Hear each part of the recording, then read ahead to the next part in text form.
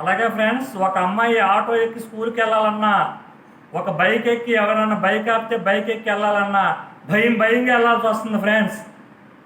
ఒక పాప ఇంట్లో లేని సమయంలో దుర్మార్గుడు చూసి ఆ పాపపై మానభంగం చేసినప్పుడు ఏమైపోయారు ఫ్రెండ్స్ ఈ పోలీసు వాళ్ళు? ఏమైపోయాయి చట్టాలు? ఏమైపోయాయి న్యాయాలు? ఒక ఆడదానికి ఇష్టం లేకుండా ఏ మగాడు చెయ్యలేడు. అది ఎవడైనా సరే, బయటోడైనా మొగుడైనా ఎవడైనా సరే.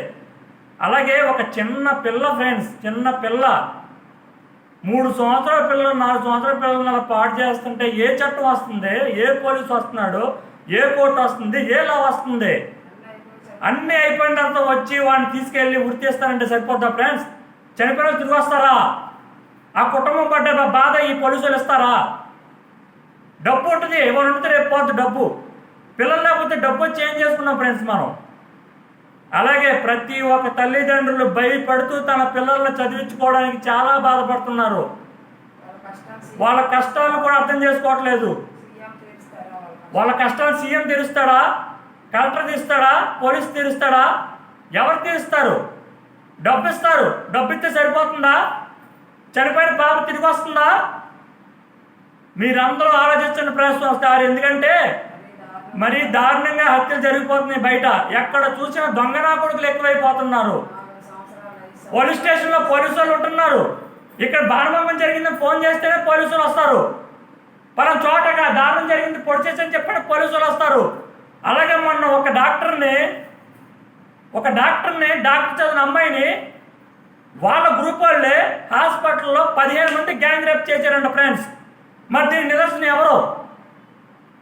ఆ టైంలో ఆ అమ్మాయి దగ్గర ఒక కత్తి ఉన్నట్టయితే ఆ కత్తి తీసుకొని ఫాట్ పొడి చేసేది. No police, no case, no agreement. ఇలాగే ప్రతి ఒక్క లేడీస్ కూడా ఆలోచించారు ఫ్రెండ్స్. ఒక అమ్మాయి మ్యాచ్ పెడతాకి వెళ్ళినా, ఒక అమ్మాయి స్కూల్కి వెళ్ళినా, ఒక అమ్మాయి ఊరు వెళ్ళినా, ఎక్కడికి వెళ్ళినా సరే కంపల్సరీ మీరు బ్యాగ్లో కత్తి పెట్టుకోవాలి. మీరు బస్సులో వెళ్తారు, మొత్తం దారుణం జరిగినంత పోలీసులు వస్తారా? మీరు బైక్ మీద వెళ్తారు, మొత్తం జరిగినంత పోలీసులు వస్తారా? మనిషి ప్రాణం పోయినంత పోలీసులు వస్తే అంత పోలీసులు లేకపోతే అంత ఫ్రెండ్స్. మన ప్రాణాలు మనల్ని కాపాడుకుందాము, మన రక్షణ మనం తీసుకుందాము. ప్రతి ఒక్కరు కూడా ఈ సిద్ధాంతం పెట్టుకుంటే ఈ స్టేట్లో ఎక్కడ కూడా ఇలా అందరితో జరగవు. ఉచ్చ పోసుకుంటారు నా కొడుకులు. ఆడదంటే భయపడాలి ప్రతి మగోడు కూడా. అలా చేయాలని ప్రతి మహిళను కూడా మనస్ఫూర్తిగా కోరుకున్నాం friends. Okay, all of you, thank you. మన చుట్టుపక్కల వాళ్ళకు కూడా ఈ వీడియోని ఎంత మొత్తం అందరికి షేర్ చేయండి ఫ్రెండ్స్. ప్రతి నా కొడుకు కూడా ఎక్కడ ఏ జిల్లాలో తిరగకూడదు. ఆడదంటే గౌరవం ఉండాలి. ఆడదంటే ఆడబ్బ సొత్తు కాదు. వాడు కనిపెంచిన అమ్మలో కూడా వాడు ఆడదాన్ని చూసుకోవాలి. ఆడదానికి ఇష్టం లేకుండా ఎప్పుడు ఏమీ చేయలేడు.